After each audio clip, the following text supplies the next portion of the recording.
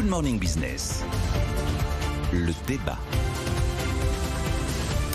Notre débat sur les grandes institutions internationales, l'OMC, c'était la semaine dernière. Qu'est-ce qu'il en est ressorti ? Rien. Le G20 des finances, c'était ce week-end. Qu'est-ce qu'il en est ressorti ? Rien. Ils n'ont pas pu faire un communiqué commun. Nicolas Dose, Jean-Marc Daniel, chacun pour soi, c'est ça désormais la règle ? Je crains que oui. Effectivement, quand on regarde ces deux événements, ce qu'il y a d'intéressant et d'inquiétant, c'est non seulement l'échec, mais le fait que les gens qui sont venus à ces réunions avaient vraiment l'intention de ne pas trouver un accord. Je pense au G20. Le G20 avait, parmi les propositions de sujets, notamment un document qui avait été mis sur la table par la Banque mondiale. Je rappelle en citation ce que disait le chief économiste de la Banque mondiale à propos de ce document à l'Assemblée générale de la Banque mondiale de cet automne. Chaque trimestre où les taux d'intérêt restent élevés se traduit par une augmentation du nombre de pays en développement qui basculent dans le surendettement et se heurtent au choix difficile entre le service de leur dette et l'investissement dans la santé publique, l'éducation et les infrastructures. Et donc, ce que demandait la Banque mondiale, c'est que le G20 prenne des mesures se rapprochant de ce qui avait été fait dans les années 80 pour essayer de sortir de la crise de la dette. Tout ça n'a pas été abordé. Au contraire, on a perdu son temps avec des considérations sur la fiscalité des super riches. Ça, c'est pour Bruno Le Maire. Oui, alors un impôt mondial.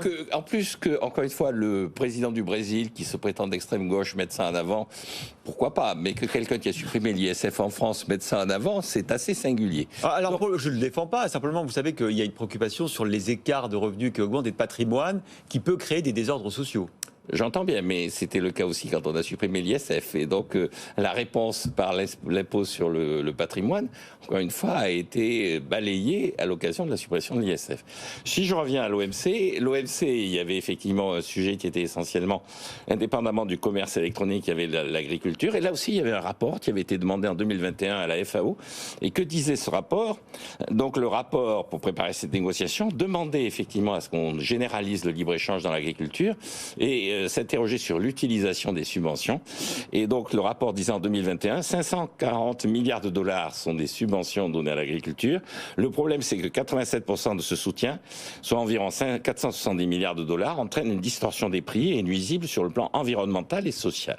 Et ce que proposait la FAO, c'est de mettre en place, dans le cadre de l'OMC, la généralisation des libre-échanges agricoles avec une réaffectation, la réaffectation des aides agricoles pour orienter nos systèmes dans une direction plus verte et plus durable. Ça, c'est l'Inde qui s'y est opposée, quand même. Et donc, là, de nouveau, il y a quelqu'un qui s'y est opposé. C'est l'Inde qui s'est opposée, non seulement sur le plan agricole, mais aussi sur le plan de l'e-commerce, en faisant valoir des arguments qui sont des arguments typiquement protectionnistes. Et assumer son protectionnisme en disant il y a deux formes de protectionnisme. Il y a le protectionnisme conservateur et régressif des pays occidentaux. Et il y a notre protectionnisme, qui est un protectionnisme éducateur qui nous permet de nous préparer. Du coup, vous dites que ça ne sert plus à rien d'y aller, d'organiser des sommets. Je pense que je pense que la question qui va se poser, c'est est-ce que les dirigeants de ces organisations sont susceptibles de redresser la barre ?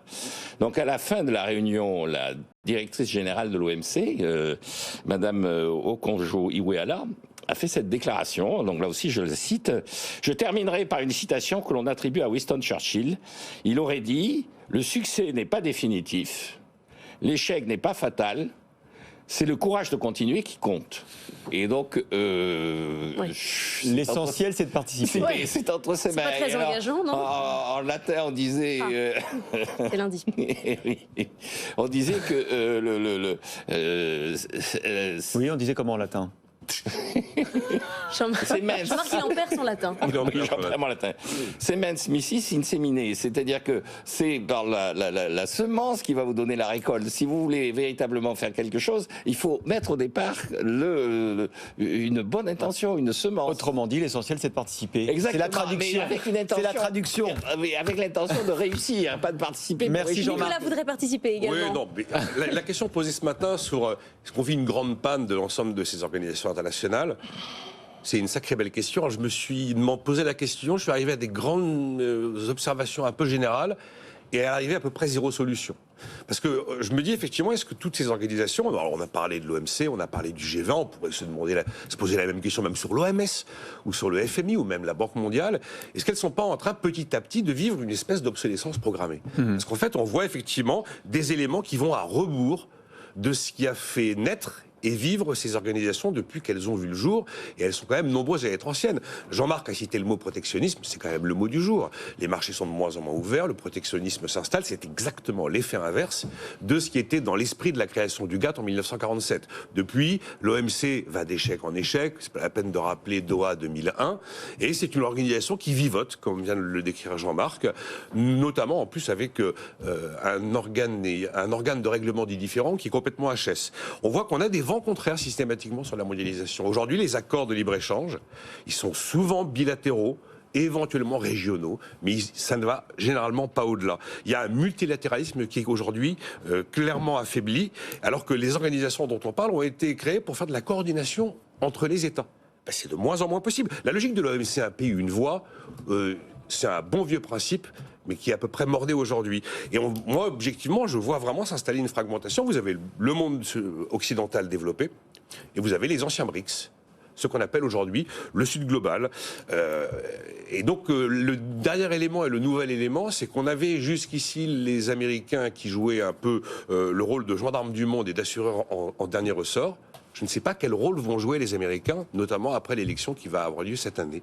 C'est vrai qu'elles sont un peu toutes en... Alors, je ne sais pas s'il faut parler de mort cérébrale, de panne, mais les moteurs qui les a fait vivre, eh bien, sont en train de s'épuiser les uns après les autres. Vous voyez, que des réflexions très générales. Après, en termes de solutions...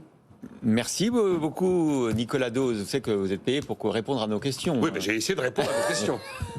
Même quand vous les trouvez parfois mauvaises le matin. Non, mais c'est pas une mauvaise question, mais c'est tellement complexe. Jean-Marc, si vis pacem, parabellum. Exactement, c'est tout à fait.